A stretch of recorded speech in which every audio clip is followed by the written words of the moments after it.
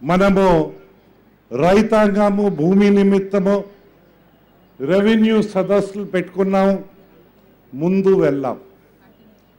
తర్వాత ప్రభుత్వాలు మారి మనకి 10 సంవత్సరాలు వృధా సంవత్సరాలు అయిపోయాయి. చరిత్ర మనం మర్చిపోయాము. భూమి స్కామ్స్కి తప్ప రైతాంగానికి పనికి రాలేదు. ఇప్పుడు దాని నుంచి మనం మళ్ళీ ముందు వెళ్తున్నాం. ఆనాడున్న పెద్దలు ఒకటి చెప్పారు, చరిత్ర తెలుసుకో అక్కర్లేదట, చరిత్ర మమ్మల్ని అన్నం పెట్టదట.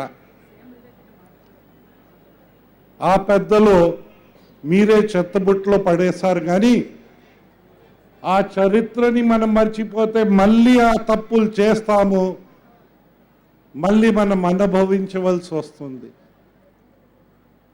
ఇంత తీయగా పిల్లలు పాడారు. ఏంటి అమరావతి నగరంలో అపరూప శిల్పాలు. ఆ శిల్పాలు ఎక్కడున్నాయి చెప్పగలుగుతారా? లండన్ మ్యూజియంలో ఉంది. మేము 10 పౌండ్లు కట్టుకుని